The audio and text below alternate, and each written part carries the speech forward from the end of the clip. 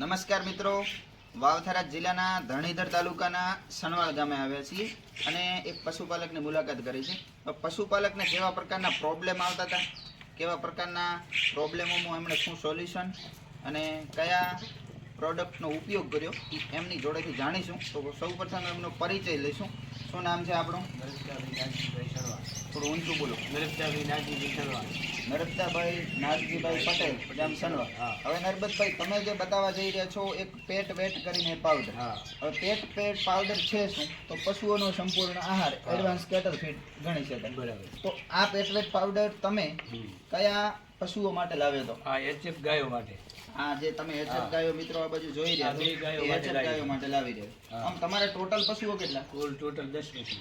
10 મોટા પશુ છે. મોટા 10 પશુ. હા, બરાબર. અને એમાંથી દૂધાળા કેટલા? 9 દૂધાળા. 9 દૂધાળા. પણ આ પાવડર તમે કેટલા પશુઓમાં બે જ ઉપયોગમાં? બે માં જ કર્યું. હવે એ બે પશુઓમાં ઉપયોગ કરવાનું કારણ શું હતું? એમાં દૂધ હલકું પડતું એટલે એસએમએસ નતા આવતા. મતલબ દૂધની ક્વોલિટી હલકી પડતી એટલે એસએનએફ ઓછા આવતા. હવે એસએનએફ ઓછા આવવાથી શું પ્રોબ્લેમ થતો? ડેરીની અંદર દૂધ સ્વીકારવામાં નતું આવતું. ડેરીમાં દૂધ સ્વીકારવામાં ના આવતું એટલે દૂધને કોતો પાછું લાવવું. હા, અથવા બીજા પશુઓનું ભરવું પડતું. ડેરી વાળા દૂધ ન લે એટલે દૂધ તમારે પાછું લાવો તો નુકસાન થાય. અથવા તો પછી બીજા સારા પશુનું દૂધ એમાં ઉમેરવું પડતું. એટલે મતલબ તમને પ્રોબ્લેમ આવે. પ્રોબ્લેમ નુકસાન, ભેંસોનું દૂધ નુકસાન જ આવે ને. ભેંસોનું દૂધ એમાં નુકસાન થાય. તો એના માટે તમે શું ઉપાય કર્યો? એના માટે આ વેટ ફેટ પાવડર ચાલુ કર્યું. વેટ પાવડર ચાલુ એટલે ચમચી સવાર સાંજ આપી 1 મહિનો માટે આ રિઝલ્ટ મળ્યું મને. અને આના એસએમએસ સુધરી ગયું. રિઝલ્ટ તો મળ્યું, પણ રિઝલ્ટ 2-3 પ્રકારના રિઝલ્ટ મળ્યો કે એક પ્રકારનો રિઝલ્ટ મળ્યો? 4 જાતનો. 4 જાત. તો વારા ફરતી તમારા રિઝલ્ટ ગણાવો. આ પશુમાં તમને પહેલું કયું રિઝલ્ટ? પહેલું રિઝલ્ટ મળ્યું કે એસએમએસ સુધરી ગયા. મતલબ એસએનએફ સુધર્યો એટલે બચાવ થઈ ગયો. હા, પછી ખોરાકમાં વીક પડતી હતી તો કોઈ પણ જાતનો ખોરાક સારી રીતે લેવા મળ્યો. મતલબ ખોરાકમાં વીક એટલે બગાડ કરતી, ખૂબ નુકસાન. ખોણે મૂકી દીધી, બિયારે ગલી કરતી. ખોણે મૂકી દીધી, બિયારનો ચારાનો બગાડ એટલે એ અટકી ગયો. પછી એની તંદુરસ્તી ખૂબ સારું થઈ ગયું. બરાબર. બીજું રિઝલ્ટ તમને શું બીજી ગાય જે બીજી ગાય બતાવો. 4 થી 5 વખત બીજદાન કરાવતા ગયા વર્ષે તો એ બીજદાન થતું નહીં સક્સેસ. મતલબ રિપીટનો પ્રોબ્લેમ એટલે પાછી ફરતી. બરાબર. મતલબ પહેલી વખત આવી ગઈ સાલ તમે એ ગાયનું એવું કહો છો કે 4 વખત બીજદાન કરાય તો છતાં રિપીટનો પ્રોબ્લેમ રહેતો.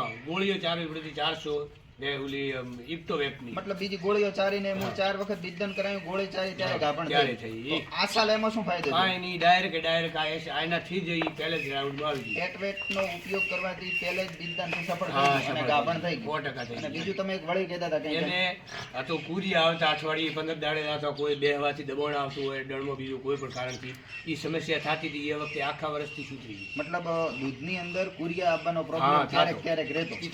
સુધારો થઈ ગયો આ વર્ષમાં. મતલબ તમને એસએનએફ સુધરી ગયો એટલે ગાયનું દૂધ પાછું નથી આવતું, ચારાનો બગાડ નથી થતો, તંદુરસ્તી વધી, ગાભણ થવાનો પ્રોબ્લેમ, રિપીટ થવાનો પ્રોબ્લેમ રહેતો તો એ સોલ્યુશન થઈ ગયું. અને દૂધની અંદર કુરિયા આવતા હતા તો તમને એક પાવડર થી ઘણા બધા ફાયદા ઘણા. તો તમને રિઝલ્ટ થી સંતોષ છે? પાકો સંતોષ. હવે તમે જે બીજા લોકોનો વિડીયો જોઈને પાવડર મંગાવ્યો હતો મહિના પહેલા અને આજે ફરીથી મંગાવ્યો, તો તમારો વિડીયો બીજા પશુપાલકો જોશે, એમને તમે શું કહેશો? એમને એમ કહું કે હકીકતમાં જો આવા પ્રોબ્લેમ વાળા પશુ હોય તો આ વાપરવું જરૂરિયાત છે. બરાબર. રેડી? કારણ કે આની અંદર હજારો જાતની સમસ્યાઓ દૂર થાય. બરાબર. એક નહીં, હજારો હતી. બરાબર. પશુને હરાહારથી નુકસાની હોય તો બધી મટી જાય છે અને ખૂબ ફાયદો છે.